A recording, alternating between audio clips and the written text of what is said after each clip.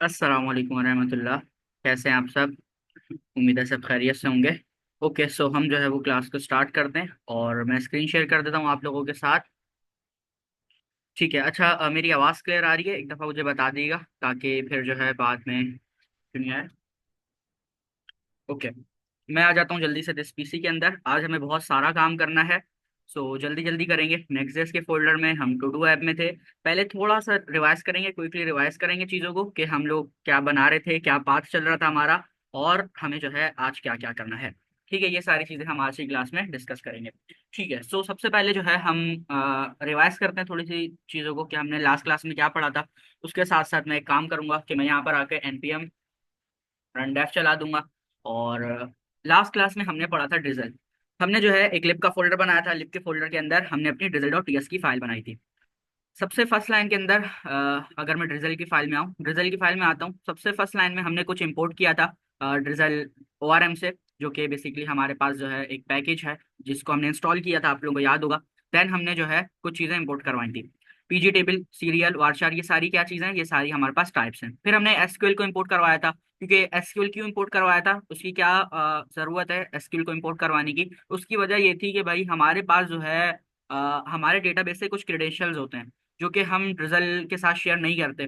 सो इस वजह से हमने एसक्यूएल को इंपोर्ट करवा लिया था। और लास्ट लाइन में अगर हम यहाँ पर आके देखें तो हमने ड्रिजल के अंदर एसक्यूएल को पास करा दिया था कि भाई ड्रिजल को हमारे एसक्यूएल के पास एसक्यूएल का एक्सेस चले जाए, मतलब कि जितनी चीज़ उसको रिक्वायर्ड है वो उसको एसक्यूएल से मिल जाए। सो ये काम हमने यहाँ पर किया है।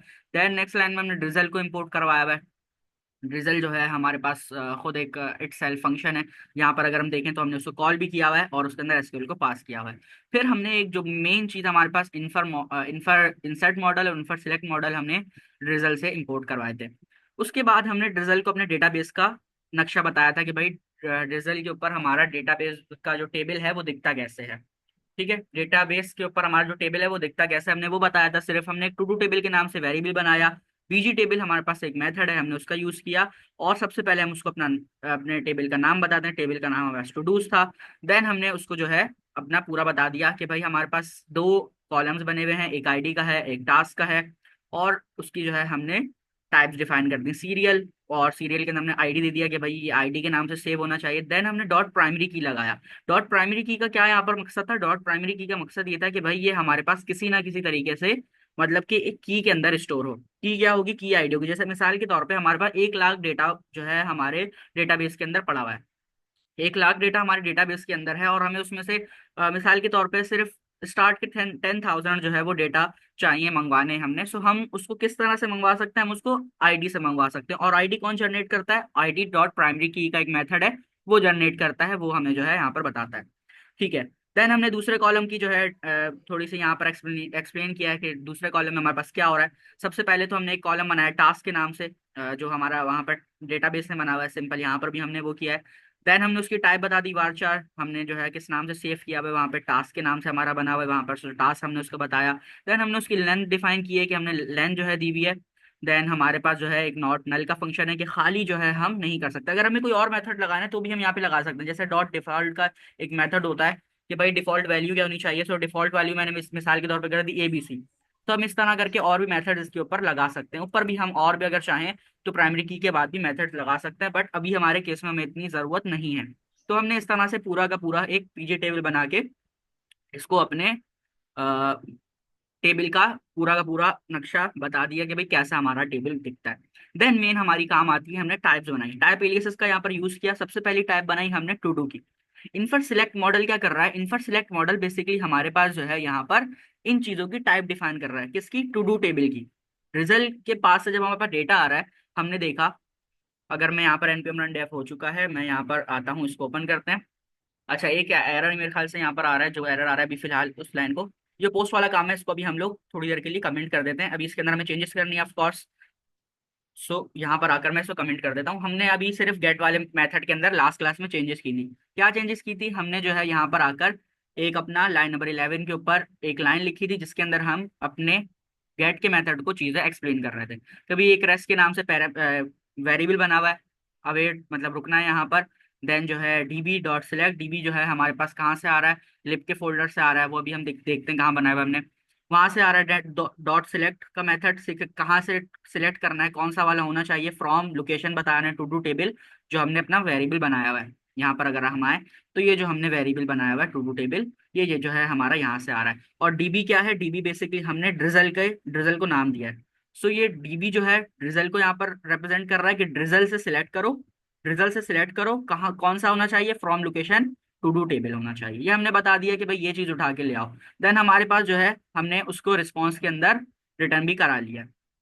अब मैं यहाँ पर आता हूँ और यहाँ पर आने के बाद लोकल हो slash API slash to do के ऊपर अगर मैं जाता हूँ तो मुझे जो है यहाँ पर सारा डेटा रिटर्न होकर मिलेगा।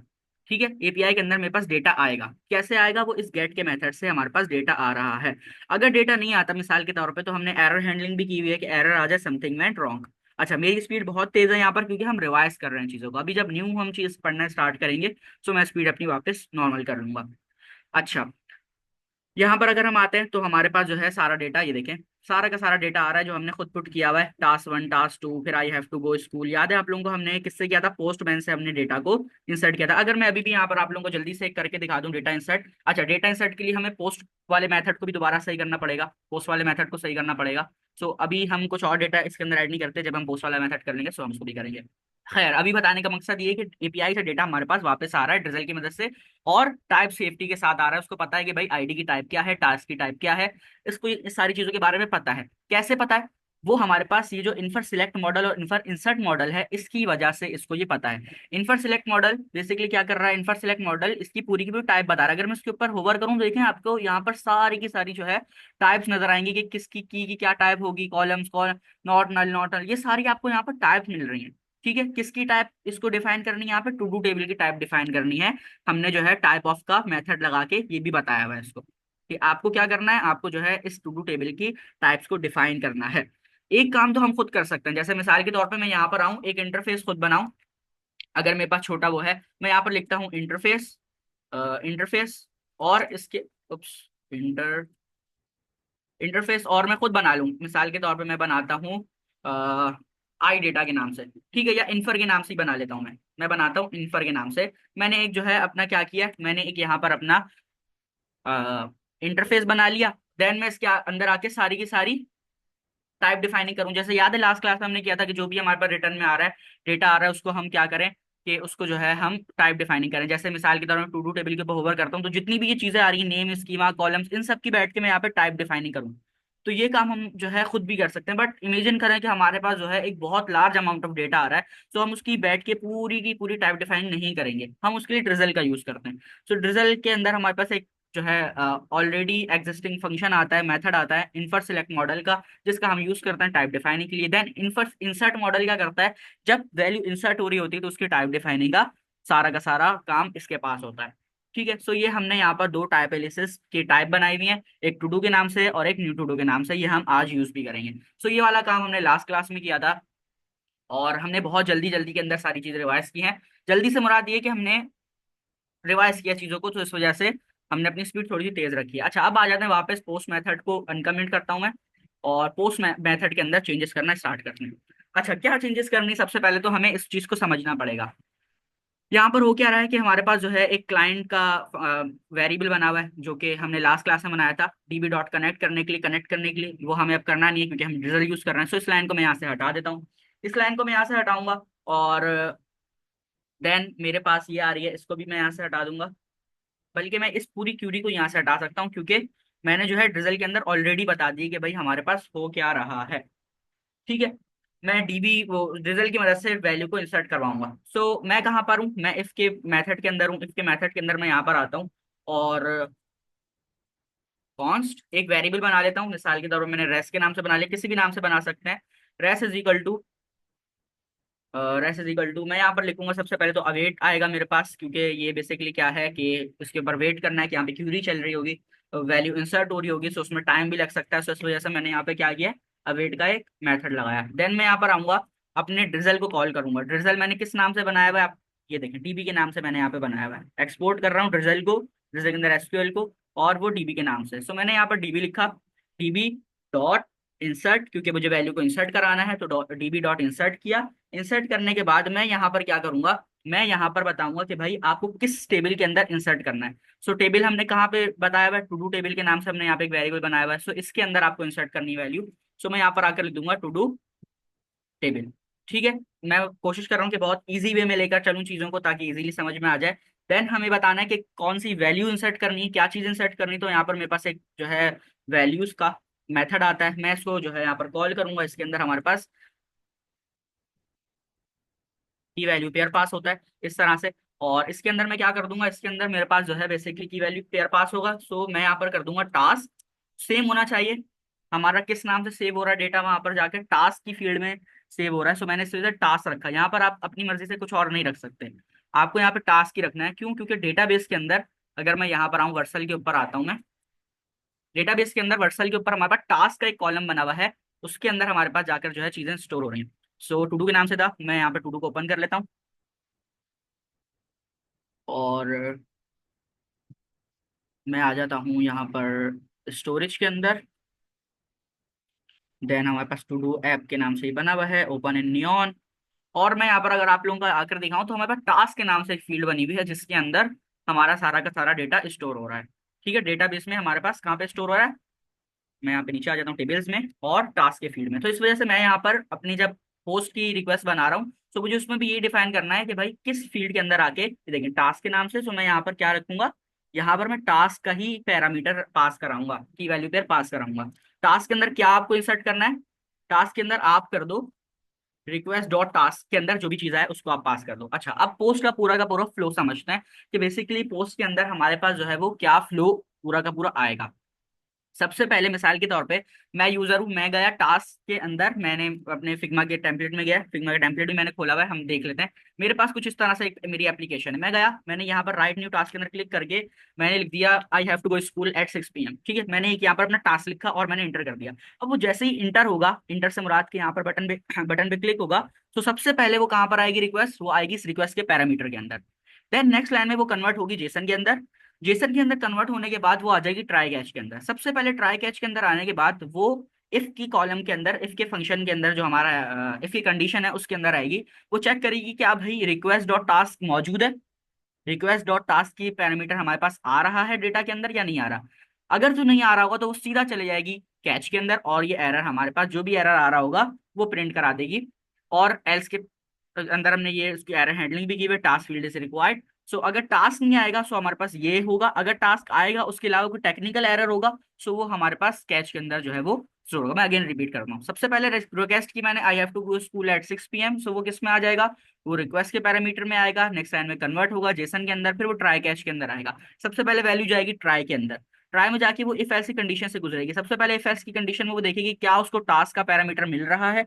अगर तो मिल रहा होगा तो वो आगे चलेगी। अभी इमेजिन करते हैं कि टास्क का उसको नहीं मिल रहा, फोल्डर नहीं मिल रहा, सो वो एल्स में आके डायरेक्ट एक करा देगी task field is required.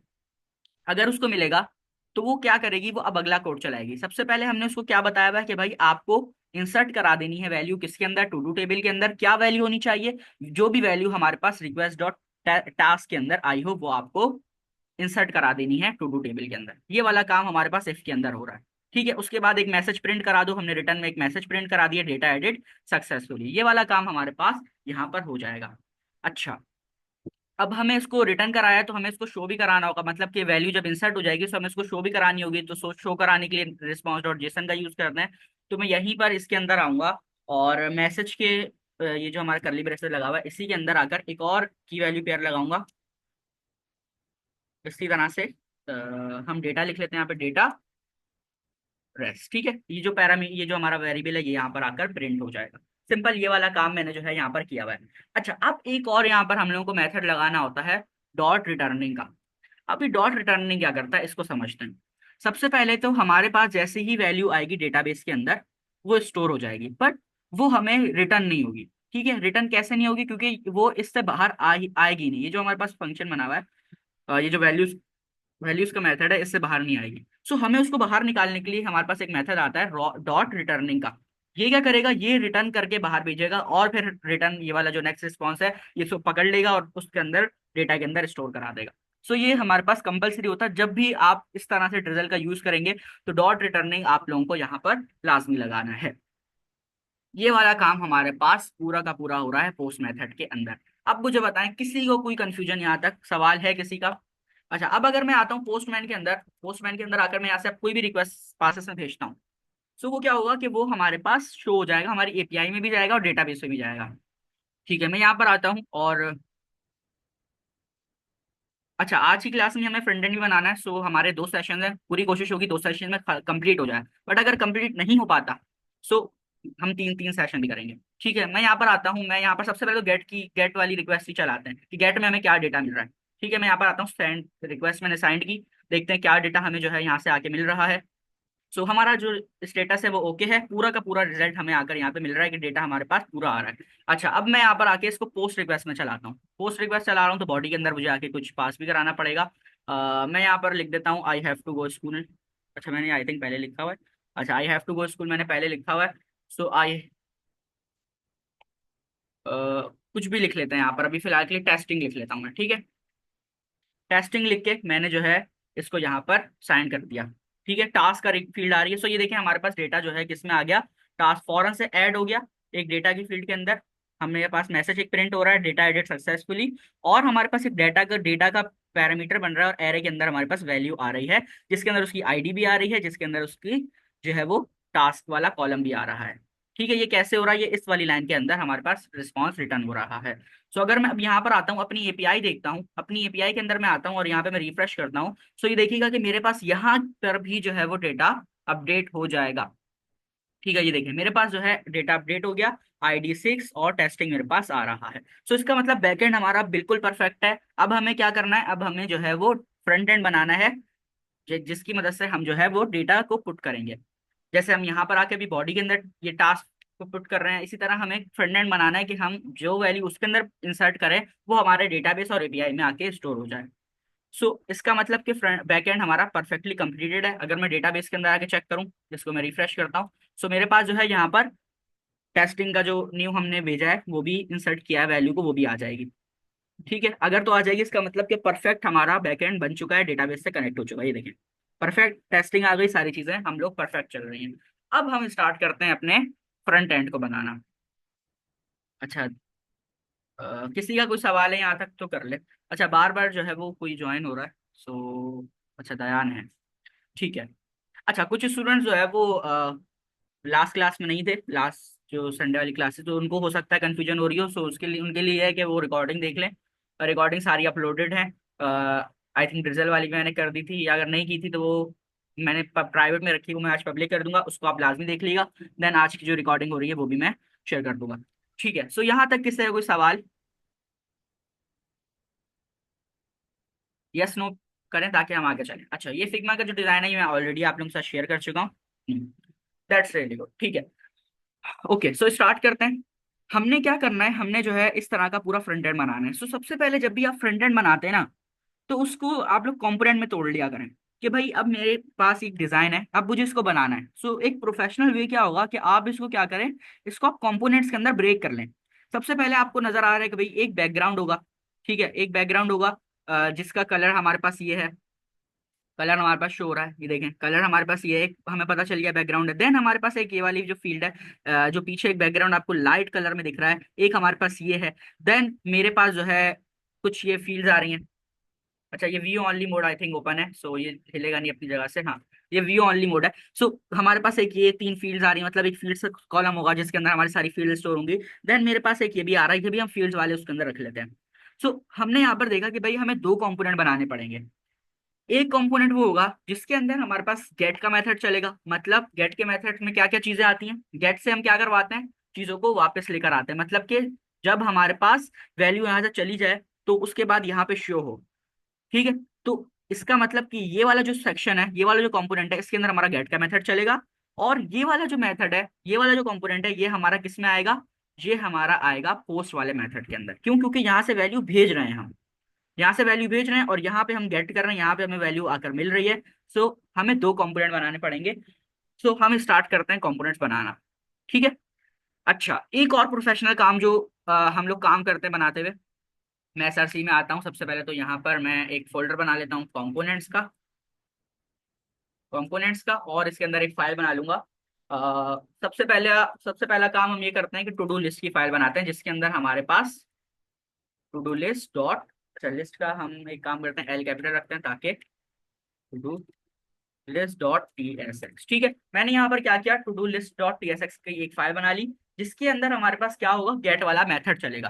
Gate वाला मेथड आप लोगों को कौन सा है, लिस्ट कौन सी आ रही है, ये वाली लिस्ट। इसके अंदर क्यों, क्योंकि गेट का मेथड की जब वैल्यू यूजर इंसर्ट कर देगा, सो हमें उसको शो भी तो करनी है। शो शो किस मेथड से करते हैं, गेट के मेथड से। ठीक है, सो ये वाला काम हम यहाँ पे करेंगे। अच्छा, एक और कंपोनेंट मैं यहाँ पे बिल्ड करूंगा, एक और कंपोनेंट अभी बना लेते हैं। वो होगा हमारे पास ऐड टू डू लिस्ट, कोई भी नाम दे सकते हैं, बट आप एक अगर उससे मिलता जुलता नाम देंगे सो वो आपको हेल्प करेगा बाद में इंडिकेट करने की। Add to do list, add to do dot T S X के नाम से मैंने यहाँ पे फाइल बना ली। अब इसके अंदर हम कौन सा कोड करेंगे, इसके अंदर हम ये वाला कोड करेंगे जो नीचे हमारे पास कंपोनेंट आ रहा है यहाँ पे। ठीक है, ये वाला काम हम जो है यहाँ पर करेंगे।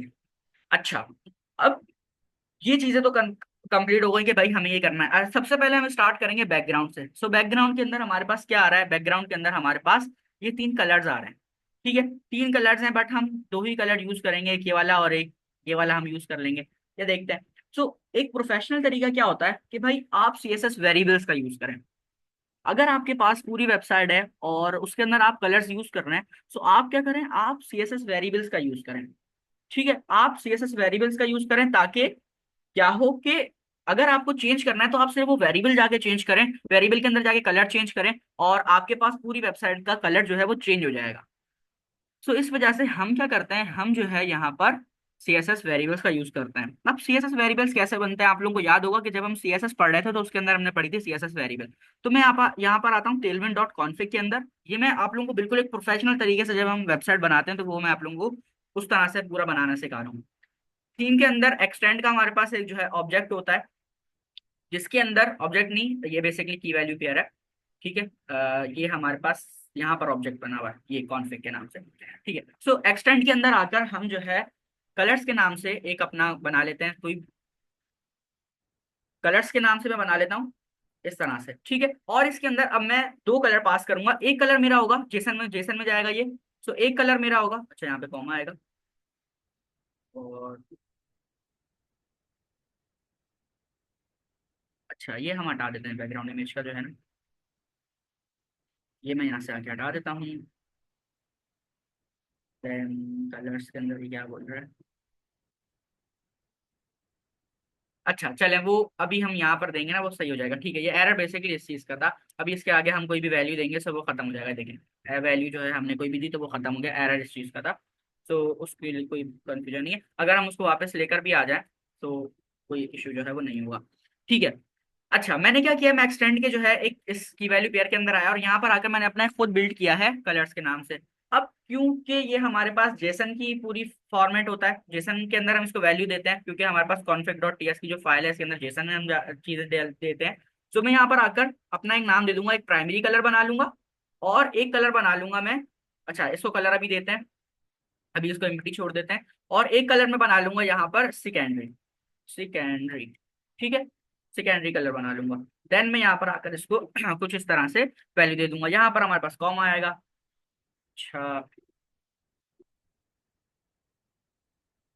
ठीक है, मैंने जो है यहाँ पर कर दिया। अच्छा, अब प्राइमरी कलर कौन सा होगा और सेकेंडरी कलर कौन सा होगा, अब इसकी चॉइस कैसे हम रखते हैं। प्राइमरी कलर हम जब देखते हैं कि भाई प्राइमरी कलर हमारे पास कौन सा ऐसा कलर है जो बार बार हमारे पास यूज हो रहा है। सो इसके अंदर से हमें दो कलर्स की नीड है, एक तो ये वाला कलर जो हमारे पास फर्स्ट है, और एक लास्ट वाला, क्योंकि लास्ट हमारे पास इसमें भी यूज हो रहा है। फिर एक देखें ग्रेडियंट दिया हुआ है कलर के अंदर ना, चेंजेस हैं। जैसे हमारे पास यहाँ पर देखें कि ऊपर थोड़ा सा कलर क्या है, ऑरेंज है, यहाँ पर अगर लास्ट में आ जाता है तो पिंक है। इसका मतलब कि यहाँ पर हमारे पास एक ट्रांजिशन यूज हो रही है। सो इस वजह से हम यहाँ पे प्राइमरी सेकेंडरी, सबसे पहले तो ये है, इसको मैं यहाँ पर आऊंगा, राइट क्लिक करके आई थिंक हम कॉपी कर सकते हैं, कॉपी टू क्लिपबोर्ड, क्लिपबोर्ड हो गया ये। आप इसके बाद क्लिक करेंगे ये आपके पास कॉपी हो जाएगा। सो इस कलर को मैं क्या करूंगा, इस कलर को मैं आके यहाँ पर अपना सेकेंडरी कलर बना दूंगा। क्यों, क्योंकि ये हमारे पास ज्यादा यूज हो रहा है। ठीक है, ये जो हमारा ऑरेंज कलर है ये हमारे पास ज्यादा यूज हो रहा है। देन हमारे पास एक ये पिंक सा कलर है, पिंक के कलर को मैं यहाँ पर आऊंगा, कॉपी करूंगा और इसको मैं अपना प्राइमरी कलर जो है वो बना दूंगा। इस तरह से मैंने जो है अपना एक CSS वेरिएबल बना लिया। अब मैं जहां पर भी मुझे ये वाला कलर देना है, मैं सिंपल प्राइमरी को कॉल करूंगा, प्राइमरी पे ये वाला कलर लग जाएगा। फिर मुझे सेकेंडरी पे जहां जहां कलर देना है, मतलब कि ये वाला ऑरेंज कलर जहां जहां देना है, मैं सेकेंडरी को कॉल करूंगा, सो मेरा ये वाला कलर लग जाएगा। अगर इन फ्यूचर मैं चाहता हूँ कि नहीं यार मुझे थीम चेंज करनी है, मुझे ये अच्छी नहीं लग रही, सो मैं यहाँ पे आऊंगा, सिंपल यहीं से आके मैं सिर्फ एक चेंज करूंगा, पूरी वेबसाइट में वो चेंज हो जाएगा। सो ये फायदा है हमारे पास CSS वेरिएबल्स का। ठीक है। अच्छा, अब आ जाते हैं अपने, सबसे पहले हम काम करेंगे टू डू लिस्ट के अंदर। टू डू लिस्ट के अंदर आकर हम जो है अपना काम स्टार्ट कर देंगे। मैं यहाँ पर आता हूँ और सबसे पहले तो हम, अच्छा, इंपोर्ट जो भी चीज़ें हैं वो हम बाद में कराएंगे अपनी रिक्वायरमेंट के हिसाब से कि हमें क्या क्या रिक्वायरमेंट होंगी। सो मैं यहाँ पर आकर एक सिंपल वेरिएबल बनाता हूँ गेट डेटा के नाम से। गेट डेटा के नाम से वेरिएबल बना लेते हैं। अच्छा, अब इसके अंदर हमें क्या क्या करना होगा। सबसे पहले तो इसको एसिंग करेंगे और इसको जो है मैं कुछ इस तरह से इसका फंक्शन बना देता हूँ। देन इसके अंदर आकर अब हमें सबसे पहला काम ये करना होगा कि रिटर्न तो होगा, ठीक है, रिटर्न तो होगा, रिटर्न के अंदर चीजें आएंगी, बट उससे पहले हमें कुछ चीज़ों को डिफाइन भी करना होगा। जैसे मैं यहाँ पर आकर डिफ लिख लेता हूँ और इस तरह से चीज़ें होंगी। बट उससे पहले आप लोगों को याद होगा कि जब हम अपना फ्रंट एंड बैक एंड से कनेक्ट कर रहे थे तो हमने उसको पूरा बताया था कि आपको कहाँ से चीज़ों को फेच करके लेकर आना है, कौन सा मेथड होगा, कैचे क्या होना चाहिए, स्टोर होना चाहिए, नो स्टोर होना चाहिए, उसका हेडर की कंटेंट टाइप क्या होगी, और ये सारी चीज़ें हमने उसको बताई थी। सो यहाँ पर भी हमें वो काम करना पड़ेगा। ठीक है, हमें उसको मेथड बताना पड़ेगा कि भाई आपको किस मेथड से चीजों को लेकर आना है। तो टू डू लिस्ट है, तो टू डू लिस्ट के अंदर हमारा कौन सा मेथड होगा, गेट से जो चीजें आ रही हैं वो कौन सा होगा, गेट का मेथड होगा। गेट का मेथड क्यों होगा, क्योंकि यहाँ पर चीजें क्या है, चीजें आ रही हैं, डेटाबेस से फैच होकर आ रही हैं चीजें। हम जब जब भी कोई चीज मंगवानी होती है तो हम गेट का यूज करते हैं, जब भी कोई चीज भेजनी होती है तो पोस्ट का यूज करते हैं। हमें यहाँ से चीज भेजनी है, जैसे राइट न्यू टास्क के बाद हम चीज को भेजेंगे, सो यहाँ पर हम पोस्ट का यूज करेंगे, यहाँ पे हमें चीजें मंगवानी है तो गेट का यूज करेंगे। सो टू डू लिस्ट जो है वो हमने किसके लिए बनाया, गेट के लिए बनाया है। सो मैं यहाँ पर आकर सबसे पहले तो ट्राई कैच लगाऊंगा, क्योंकि हमें एरर हैंडलिंग भी साथ साथ करते हैं। तो मैं यहाँ पर आकर ट्राई कैच लगाऊंगा, ट्राई, देन मैं नीचे आके यहाँ पर जो है कैच भी लगा देता हूँ, ताकि जो है वो कोई एरर वगैरह हो तो वो चले जाए। अच्छा, इसके साथ एक पैरामीटर भी जाता है, पास होता है, देन हम इस तरह से इसको जो है वो पास कराते हैं। अच्छा, एक काम करते हैं, पहले एरर को हम सही कर लेते हैं। सो मैं यहाँ पर आऊंगा, सिंपल इसको पैरामीटर दे देता हूँ ERR से, और यहाँ पर आकर मैं कंसोल डॉट लॉग एरर कर दूंगा सिंपल, कि भाई कोई भी एरर हो तो वो कंसोल डॉट लॉग होकर हमें पता चल जाएगा क्या एरर आ रहा है। बाकी हम सारा काम ट्राई के अंदर करेंगे। अच्छा, जब भी एरर हैंडलिंग करें तो सबसे पहले एरर की हैंडलिंग कर लें। अभी अगर हमें कोई थ्रो एरर कराना होगा तो वो भी देख लेंगे। खैर, यहाँ पर आता हूँ मैं ट्राई के अंदर, और यहाँ पर मैं एक वेरिएबल बना लेता हूँ कॉन्स्ट रिजल्ट के नाम से, और अब मैं यहाँ पर फेच कराऊंगा अपनी वैल्यू को अवेट, और मैं यहाँ पे फेच का कीवर्ड मेथड लगाऊंगा। फेच का मेथड लगाने के बाद मैं यहाँ पर कौन सा पाथ दूंगा, मैं यहाँ पर अपनी एपीआई का पाथ दूंगा। एपीआई का पाथ क्या है मेरे पास, ये वाला local host slash API slash to do. मैं यहाँ से कॉपी करूंगा, कंट्रोल C, देन मैं यहाँ पर आऊंगा और पेस्ट कर दूंगा। ठीक है, मैंने जो है ये वाला काम यहाँ पर कर दिया। अच्छा, अब एक और काम मैं यहाँ पे करूंगा, मैं यहाँ पर आऊंगा, इसके अंदर इसको मेथड्स डिफाइन करूंगा। याद है लास्ट क्लास जब हम कनेक्ट कर रहे थे डेटाबेस को, तो आप लोगों को बताया था मैंने कि भाई हम इसको बताते हैं कि मेथड क्या होगा आपका, मतलब जब ये हमारा कंपोनेंट चलेगा या रेंडर होगा या जब ये वैल्यू को फेच कराएगा तो उसको कौन सा मेथड चलाना है, इसकी जो है वो कैचे क्या होगा, कैशे स्टोर होगा या नो स्टोर होगा, ये सारी चीजें हमने बताई पढ़ी थी। सो मैं यहाँ पर आके सबसे पहले इसको मेथड दूंगा। मेथड मेथड हमने अभी आप लोगों को बता दिया मैंने कि गेट होगा, सो इसको दोबारा एक्सप्लेन करने की नीड नहीं आई थिंक, गेट क्यों होगा। फिर हम इसको बताएंगे कैशे। अब मुझे बताएं, कैशे स्टोर होना चाहिए या नो स्टोर होना चाहिए, जल्दी से बताएं। कब से मैं ही बोल रहा हूँ, आप लोग जो है वो कुछ नहीं कह रहे। कैशे नो स्टोर होना चाहिए या स्टोर होना चाहिए, हमें बार बार न्यू वैल्यू नो चाहिए। स्टोर। नो स्टोर होना चाहिए, एग्जैक्टली, जबरदस्त। हमें बार बार न्यू वैल्यू चाहिए, तो मैं यहाँ पर आऊंगा और नो स्टोर जो है मैं इसको कर दूंगा कि भाई आप कैशे के अंदर वैल्यू स्टोर नहीं करो, हमें बार बार न्यू वैल्यू चाहिए। अगर हम कैशे स्टोर रखेंगे जो बाय डिफॉल्ट होता है, सो उसके अंदर क्या होगा कि एक ही वैल्यू हमें बार बार शो होती रहेगी। जैसे अगर हमें कुछ डिलीट करना है, कुछ हमें न्यू वैल्यू पुट करनी है, तो वो हमें शो नहीं होगी, वही पुरानी वैल्यू हमें बार बार शो होती रहेगी। तो इसलिए मैंने यहाँ पे आके नो स्टोर कर दिया। अब मुझे इसको हेडर्स बताना है। अच्छा, एक चीज यहाँ पे याद रखिएगा, जब भी आप गेट का मेथड लगाते हैं सो आपको हेडर्स कंपलसरी होते हैं लगाने।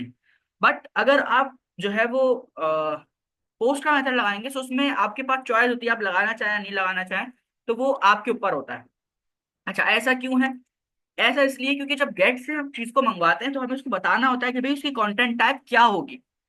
ठीक है, जब हम भेजते हैं तो हमारे पास एक चॉइस होती है कि अगर तो हम बताना चाह रहे हैं अगले बंदे के लिए कि क्या टाइप होगी, तो इट्स बेटर कि हम उसको बता देंगे जेसन फॉर्मेट होगा, बट अगर नहीं भी बताएंगे तो वो बाय डिफॉल्ट जेसन फॉर्मेट में ही हमारी वैल्यू को भेजता है। सो हेडर्स के अंदर हम क्या करते हैं, content type application slash Jason. ठीक है, ये वाली लाइन ये जो आप लोगों को पता है कि भाई ये हम क्यों करते हैं, ये हम जो डेटा भेज रहे हैं उसकी कंटेंट टाइप बताते हैं कि भाई किस टाइप का डेटा हम आगे किस टाइप का डेटा हम उससे एक्सपेक्ट कर रहे हैं।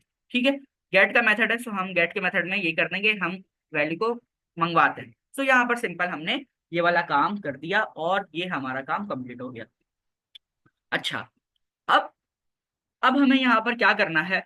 अब मिसाल के तौर पे हमारा डेटा जो है वो फैच नहीं होता किसी वजह से, तो हमें यहाँ पर इफ एल्स लगाना पड़ेगा। ठीक है, मजीद एरर हैंडलिंग करनी पड़ेगी इफ ट्राई के अंदर ही। यहाँ पर मैं इफ एल्स लगाता हूँ कि भाई अगर हमारा डेटा जो है वो किसी वजह से नहीं आ पाता, मैं यहाँ पर एल्स लिख देता हूँ, किसी वजह से डेटा नहीं आ पाता, सो क्या करना चाहिए। सबसे पहले तो यहाँ पर मैं एक पैरामीटर दूंगा। अच्छा, पैरामीटर क्या दूंगा उसको समझते हैं। पैरामीटर क्या दूंगा, रेस, ये देखिए मैंने ऊपर वाले अपने वेरिएबल को कॉल किया रेस, और इसके ऊपर मैं अब यहाँ पे मेथड्स लगा सकता हूँ। मैं डॉट लगता हूँ तो देखिए मेरे पास काफी सारे जो है क्या हो रहा है, मेथड्स आ रहे हैं और कुछ प्रॉपर्टीज आ रही हैं। सो मेरे पास एक प्रॉपर्टी होती है ओके की। अगर रिजल्ट ओके है, ये देखिए अगर मैं यहाँ पर आऊँ तो ये देखिए मुझे एक 200 का ओके का रिजल्ट मिल रहा है। 200 ओके का क्या मतलब होता है कि भाई आपका रिक्वेस्ट जो है वो सक्सेसफुल चल चुकी है। ओके का मतलब होता है कि भाई आपकी रिक्वेस्ट सक्सेसफुल चल चुकी है। बट हमें क्या करना है कि रिक्वेस्ट जब नहीं चले, तो आप लोगों को याद होगा कि हमने एक ऑपरेटर पढ़ा था लॉजिकल नॉट का, याद है सबको। वो हम अब यहाँ पे यूज करेंगे लॉजिकल नॉट, जो क्या करेगा कि अगर रिजल्ट सही आएगा तो उसको उलट कर देगा, उसको गलत कर देगा। ठीक है, रिजल्ट अगर सही आएगा तो उसको क्या करेगा, रिजल्ट डॉट ओके आ रहा है तो उसको क्या करेगा, वो जो है हमारे पास उलट कर देगा। ये वाला काम हमारे पास यहाँ पर हो रहा है। रिजल्ट डॉट ओके आएगा, अगर तो रिजल्ट सही आ रहा है तो वो हमारे पास क्या होगा, उलट हो जाएगा। ठीक है, इसमें किसी को कोई क्वेश्चन,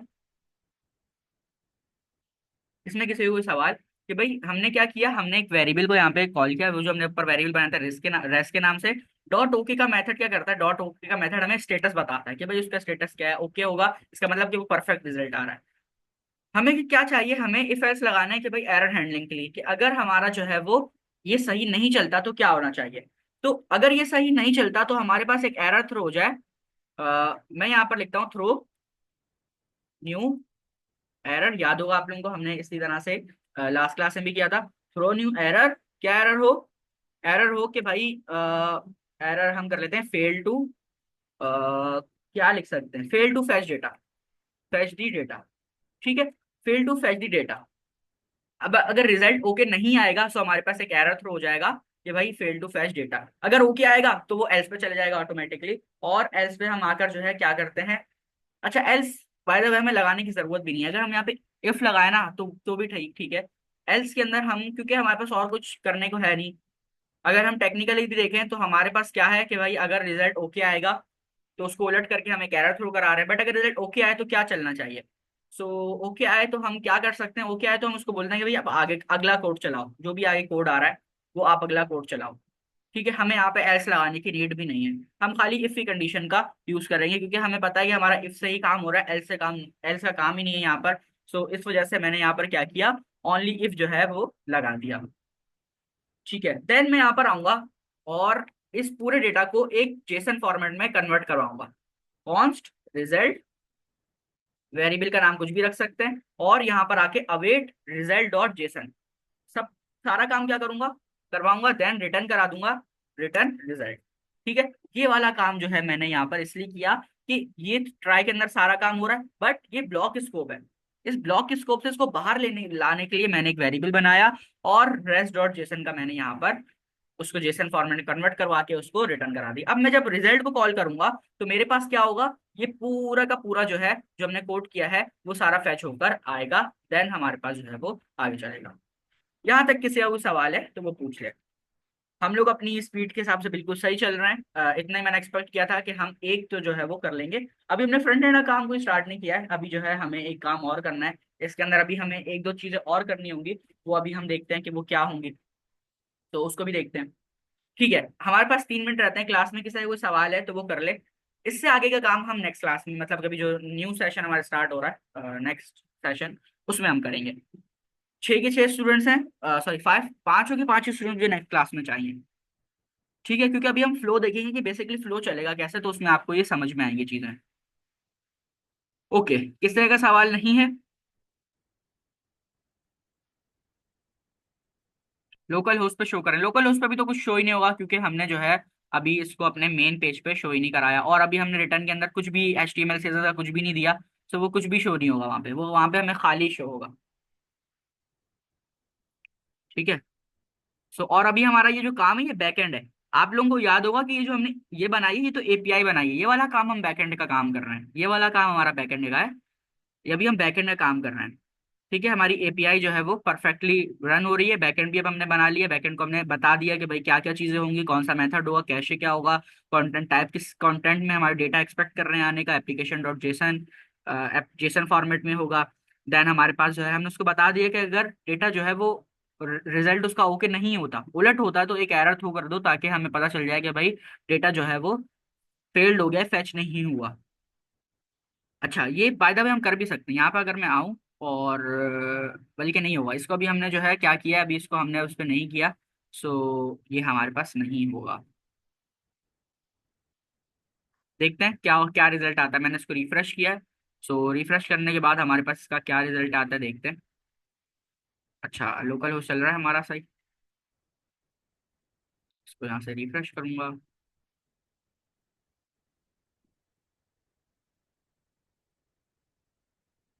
ओके, अभी जो है हमारे पास ये इसका जो स्टेटस आया वो 500 आया, 500 मतलब कि इसको जो है एरर आ रहा है, वो इसलिए आ रहा है क्योंकि अभी हमने इसको प्रॉपर अभी कंप्लीट नहीं किया है, अभी ये आधी चीजें हैं।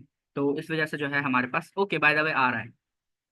अब स्टेटस जो सही हो गया, उस टाइम में लोड हो सकता है, लोड नहीं सही हुआ, या कुछ भी हो सकता है, तो खैर। अच्छा, अभी जो है हमारे पास डेटा इस तरह से आ रहा है, बट अभी हम सॉरी, अभी हम जो है आधा काम हुआ है हमारा, और ये फ्रंट एंड काम है। सो इस वजह से हम इस तरह शो करें। ठीक है, हमारा ये जो सेशन है इसको खत्म होने में 1 मिनट से कम का टाइम रहता है। आप लोगों के साथ मैं न्यू लिंक शेयर कर रहा हूँ, 10 मिनट का ब्रेक है। लिंक शेयर कर रहा हूँ, एग्जैक्ट 9:50 पे न्यू सेशन स्टार्ट हो जाएगा।